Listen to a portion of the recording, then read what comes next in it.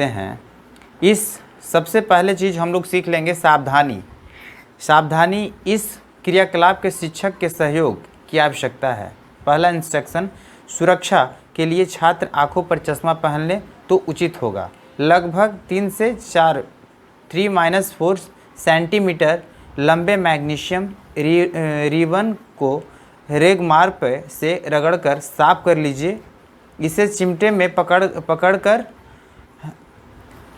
Spirit lamp का burner से इसका दहन करिए तथा इससे बनी राख को वाच ग्लास में इकट्ठा कर लीजिए। जैसे कि चित्र 1.1 में दिखाया गया कि मैग्नीशियम रिबन का दहन करते समय इसे अपनी आंखों से यथासंभव दूर रखिए। आपने क्या प्रेक्षण किया? तो हम लोग चलिए आगे बढ़ते हैं। चिमटा, ये आपका स्ट्रक्चर हो गया। तो स्ट्रक्चर किस चीज़ की है? मैग्नीशियम रिबन का वायु के दहन मैग्नीशियम ऑक्साइड को वाच ग्लास में इकट्ठा कैसे करना, वो हम लोग पढ़ेंगे। तो ये मैग्नीशियम है, मैग्नीशियम रिबन वायु है। तो मैग्नीशियम रिबन वायु है, ये क्या है? वर्नर है। ये क्या है? हम चिमटे हैं, ये चिमटा है।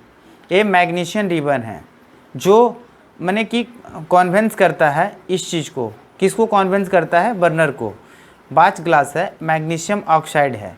तो वाच ग्लास जो है सो मैग्नीशियम ऑक्साइड को जो है सो वाच ग्लास में कॉन्वेंस करता है। नेक्स्ट हम लोग पढ़ेंगे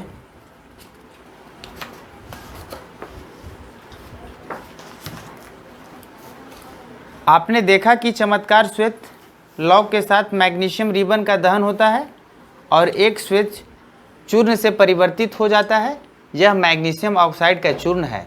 वायु में उपस्थित ऑक्सीजन तथा मैग्नीशियम के बीच होने वाली अभिक्रियाओं के कारण यह बनता है।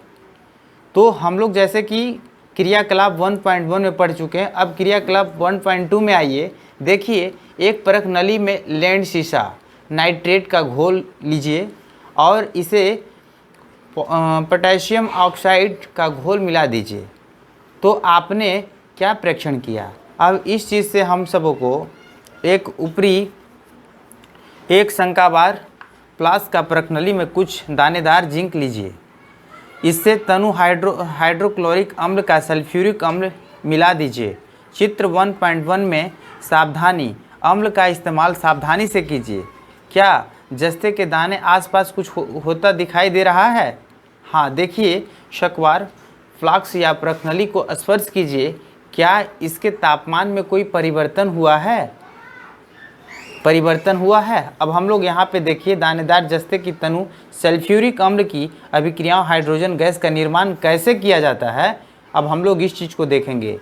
ये हो गया सल्फ्यूरिक अम्ल की अभिक्रिया हाइड्रोजन कैसे निर्माण करते हैं, ये इसका स्ट्रक्चर हो गया। अब ये क्या हो गया? ये हो गया कर्क, ये हो गया कांच की नली।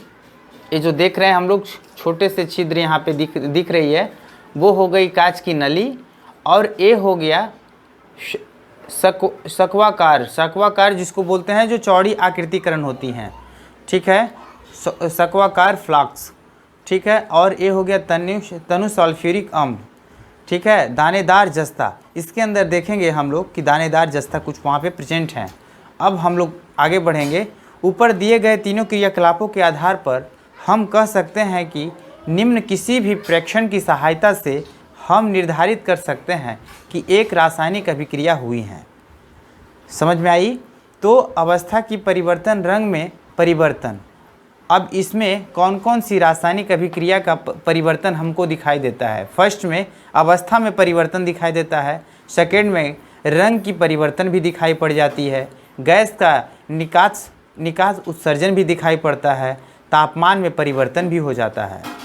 यदि हम आपने आसपास हो रहे परिवर्तनों को देखें तो पाएंगे कि हमारे चारों ओर विविध प्रकार की रासायनिक अभिक्रियाएं हो रही है। इस अध्याय में हम विभिन्न प्रकार की रासायनिक अभिक्रियाओं और उनके प्रतिकारात्मक रूपण का अध्ययन करेंगे। अब हम लोग आते हैं 1.1 रासायनिक समीकरण। अब हम लोग जानेंगे रासायनिक समीकरण। जी हाँ, क्रियाकलाप 1.1 का विवरण। जब ऑक्सीजन की उपस्थिति में मैग्नीशियम रिबन का दहन हो जाता है तब यह मैग्नीशियम ऑक्साइड में परिवर्तित हो जाता है। बॉक्स के रूप में किसी रासायनिक अभिक्रिया का विवरण बहुत लंबा हो जाता है। इसे संक्षिप्त रूप से भी लिखा जा सकता है। इसे शब्द समीकरण के रूप में लिखना सबसे सरलतम विधि है। ऊपर दिए गई अभिक्रियाओं का शब्द समीकरण इस प्रकार होगा, जैसे कि magnesium plus oxygen dot magnesium oxide. अब देखिए कि मैग्नीशियम प्लस ऑक्सीजन जो यहाँ पे लिखे हुए हैं, इस चीज़ का ये क्या हो गया, अभिकारक हो गया, और इससे जो जुड़ी हुई चीज़ है मैग्नीशियम ऑक्साइड, ये क्या हो गया, उत्पाद हो गया। बात समझ में आ रही है। तो 1.1 का अभिक्रिया अब यही एक ऐसी जो है चमत्कार, वो रासायनिक समीकरण में संतुलित हो जाते हैं। अब अभिक्रियाएं 1.1 में मैग्नीशियम तथा ऑक्सीजन ऐसे पदार्थ हैं जिनमें रासायनिक परिवर्तन होता है। इन्हें अभिकारक भी कहते हैं। इस अभिक्रियाओं से एक नए पदार्थ मैग्नीशियम ऑक्साइड का निर्माण भी होता है। इसे उत्पाद कहते हैं। बात समझ में आई।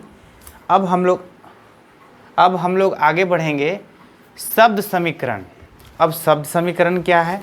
सबसे पहले इस चीज़ को जानें कि शब्द समीकरण के अभिकारकों का उत्पाद में परिवर्तन को उसे मध्य एक तीर का निशान लगाकर दर्शाया जाता है।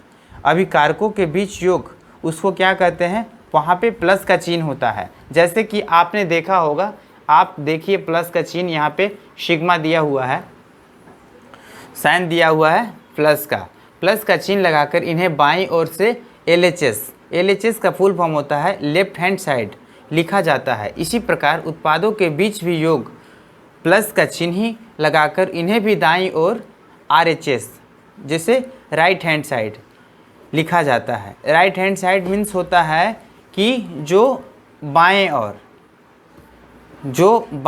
होते हैं उसे राइट हैंड कहते हैं, जो दाएं ओर होते हैं उसे लेफ्ट हैंड कहते हैं, राइट। तो लिखा जाता है तीर का सिरा उत्पाद की ओर होता है तथा यह अभिक्रिया होने की दिशा को दर्शाता है। अब देखेंगे हम लोग रासायनिक समीकरण लिखना। अब रासायनिक समीकरण को हम लोग कैसे लिखेंगे, अब वो भी जानेंगे। क्या आप रासायनिक समीकरण निरूपण की इससे भी संक्षिप्त विविध हैं, जो शब्दों की जगह रासायनिक सूत्र का उपयोग करके रासायनिक समीकरणों को अधिक संक्षिप्त तथा उपयोगी बनाया जा सकता है। रासायनिक समीकरण किसी रासायनिक अभिक्रियाओं को दर्शाता है। यदि आप मैग्नीशियम ऑक्सीजन तथा मैग्नीशियम ऑक्साइड के सूत्रों का स्मरण करें तो उपरोक्त शब्द समीकरण इस प्रकार लिखा जा सकता है। जैसे कि आप देखिए यहाँ पे Mg+O2, तो मैग्नीशियम का होता है Mg, वहाँ पे क्या देंगे कि प्लस का साइन देंगे, O2 क्या हो गया, ऑक्साइड हो गया।